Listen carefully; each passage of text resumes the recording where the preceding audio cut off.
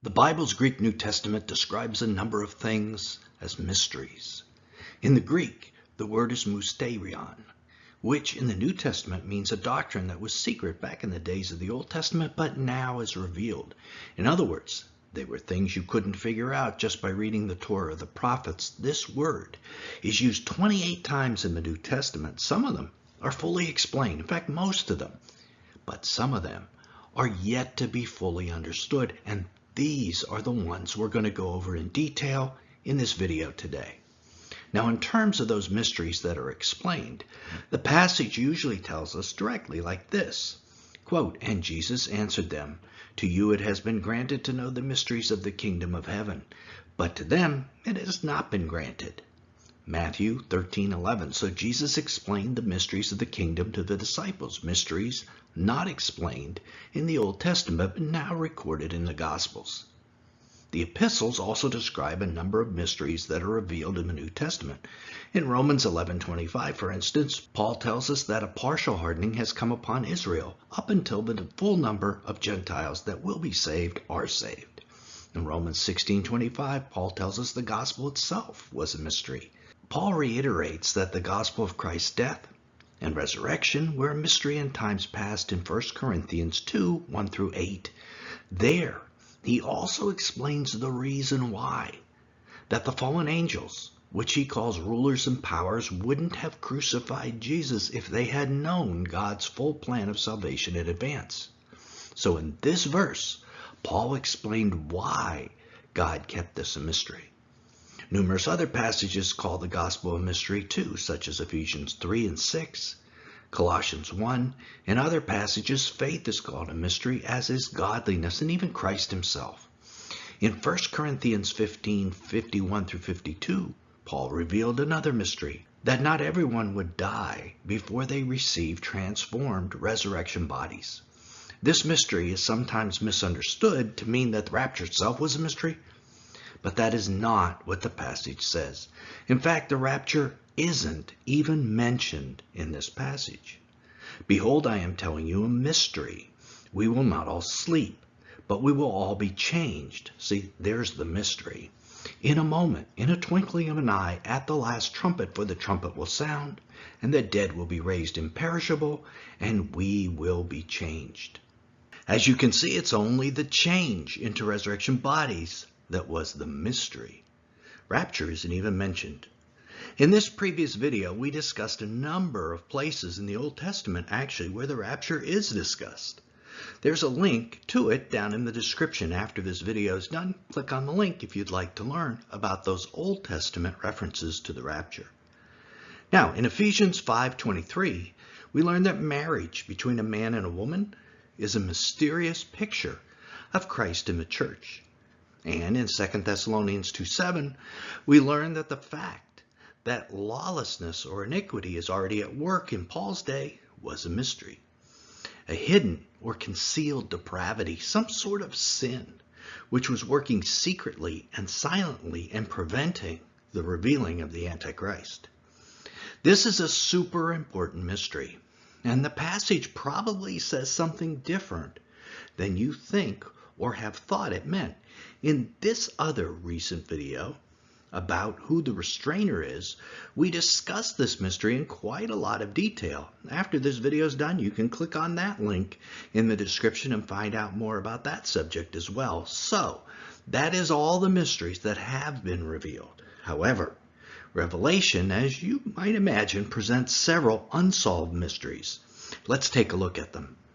In Revelation 10, we encounter probably the most misunderstood mystery passage in the whole Bible. "But in the days of the voice of the seventh angel, when he is about to sound," it means before he sounds, "then the mystery of God is finished, as he preached to his servants the prophets." Revelation 10:7. From this, many believe the seventh trumpet is the final event before the return of Jesus. It kind of sounds like it, doesn't it? However, let's reconsider what mystery means. It means something that wasn't revealed in the Old Testament that now is revealed in the New Testament. The return of the Messiah is clearly revealed in multiple Old Testament passages. So, that can't be it. Return of the Messiah is not a mystery. Some other mystery not discussed in the Old Testament must be in view. So let's look at this verse in context. That will help. When the 7 peals of thunder had spoken, I was about to write, and I heard a voice from heaven saying, seal up the things which the 7 peals of thunders have spoken, and do not write them. Right there is a mystery, something that was revealed to John, but then he was commanded not to write it down. It's still a mystery today, actually. Then the angel, whom I had saw standing on the sea and on the land, lifted up his right hand to the heaven, and swore by him who lives forever, who created heaven and all the things in it, and the earth and all the things in it, and the sea and all the things in it, that there will be delay no longer. Now this isn't real delay, but the perceived delay people have, that it is taking Jesus a long time to get everything accomplished. But in the days of the voice of the 7th angel, this is the key phrase that the 7th angel speaks.